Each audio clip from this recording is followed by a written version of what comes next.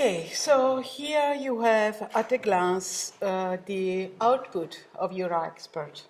Output of your expert and the prospective output for CULTEXP.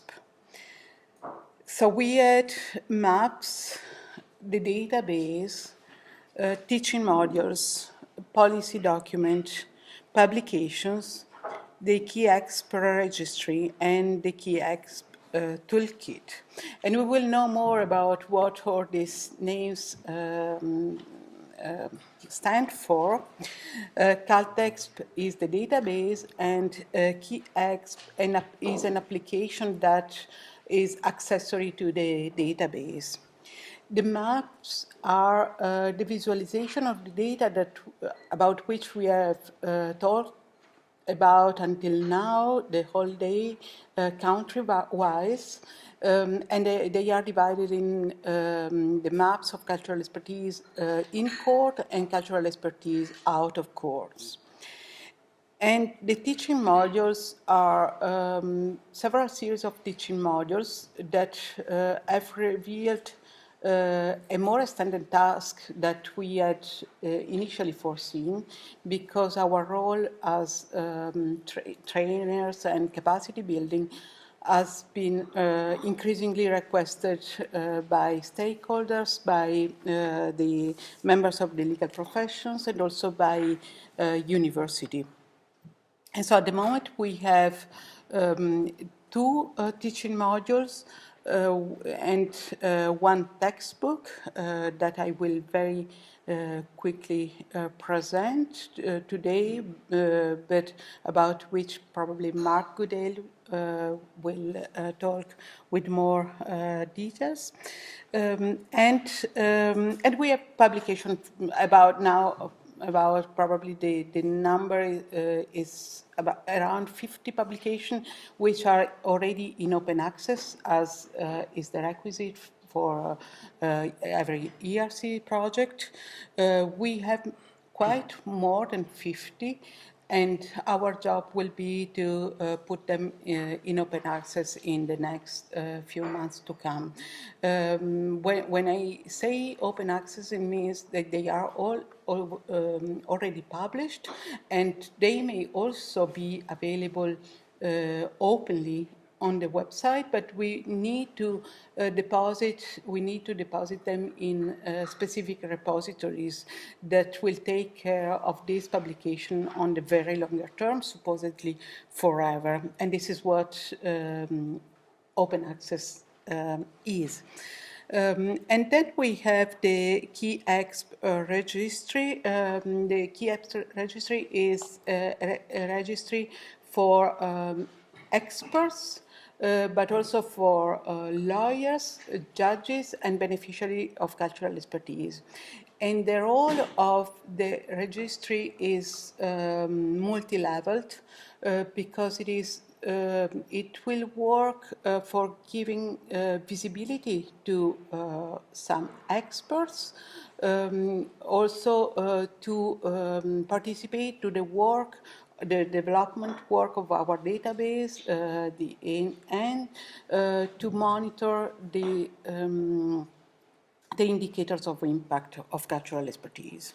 So some experts that will be registered on the database will have access to selected expert report that we will signal to them because we think, according to our analysis, that this expert report may bring new element that may have an impact on indicators of impact, and so we would like to know the opinion of the expert and to reformulate regularly the indicators of impact.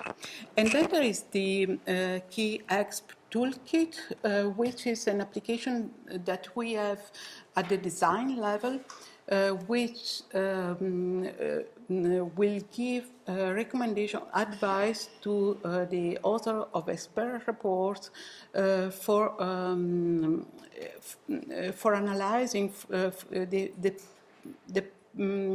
the prospective impact of their expert report. And this is on the basis of our analysis of cases in the database.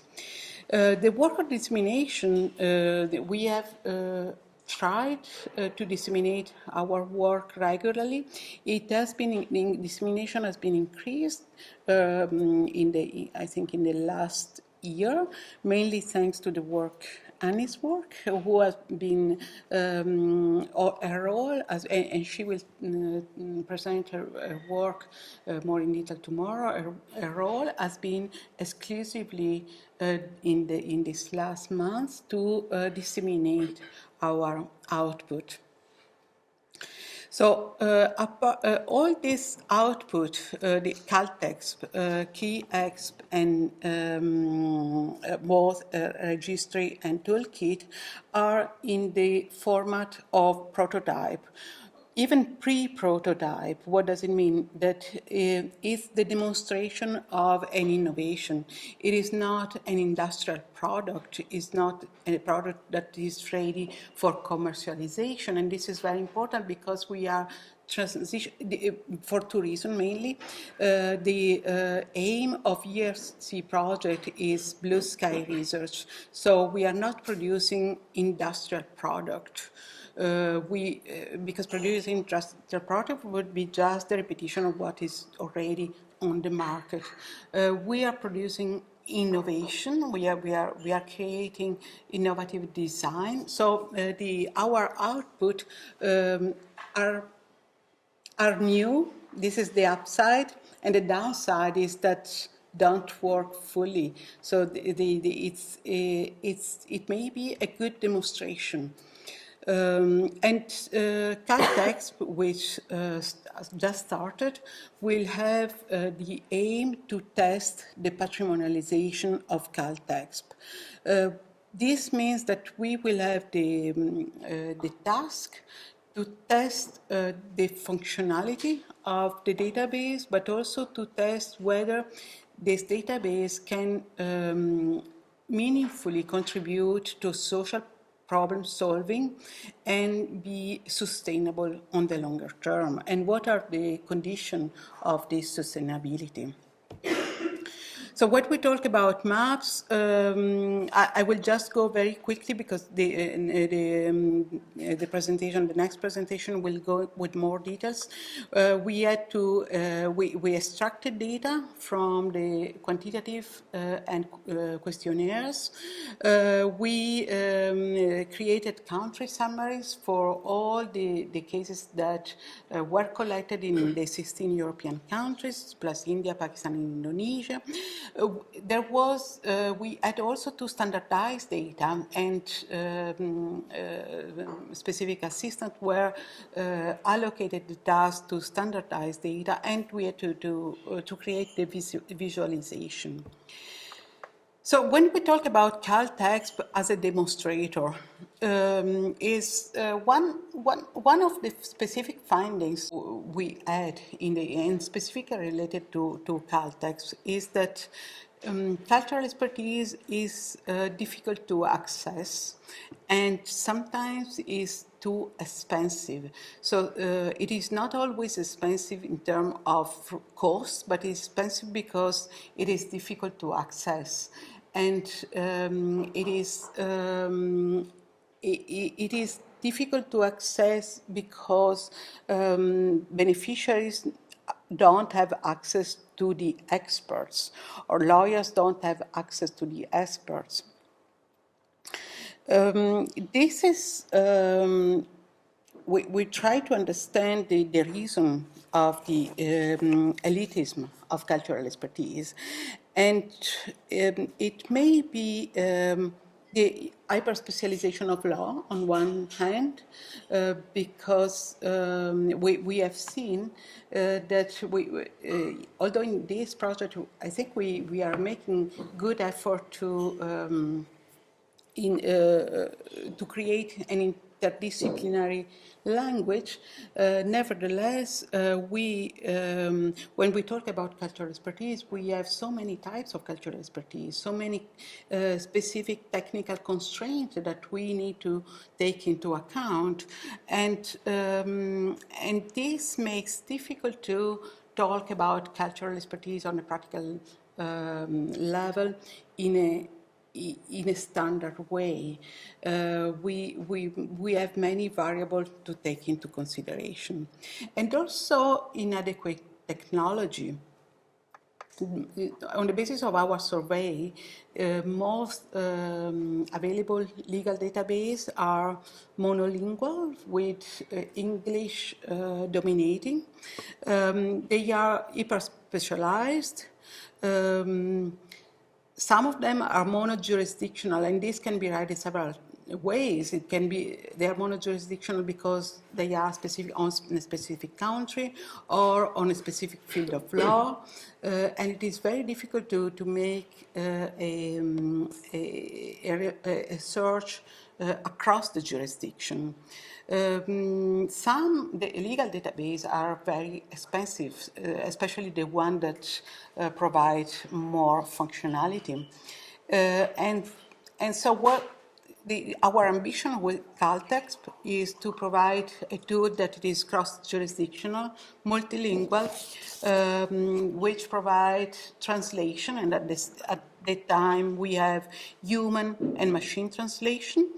And we also have targeted GDPR guidelines. These are the guidelines that we produced in particular for the treatment of personal data for legal document. So the way we produce the teaching modules,